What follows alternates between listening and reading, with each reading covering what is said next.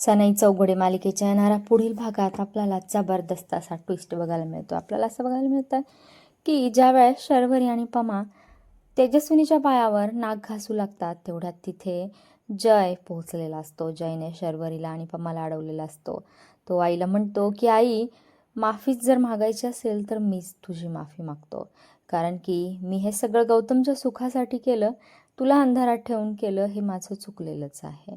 आणि त्यासुद्धा एक आई आहेत आणि त्या आपल्या मुलीसाठी एक पाऊल मागे यायला तयार झालेले आहेत. तर तू सुद्धा तुझा हट्ट सोडून द्यावास आणि गौतमचं सुख आसावरीतच आहे, तर तू आसावरीला सून म्हणून ॲक्सेप्ट करावंस असं मला वाटत आहे.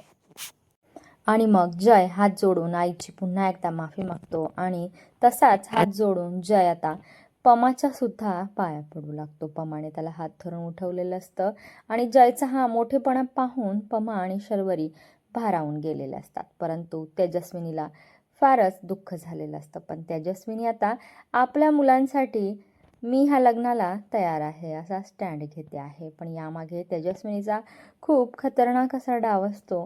काय ते आपल्याला पुढील भागामध्ये नक्कीच पाहायला मिळणार आहे.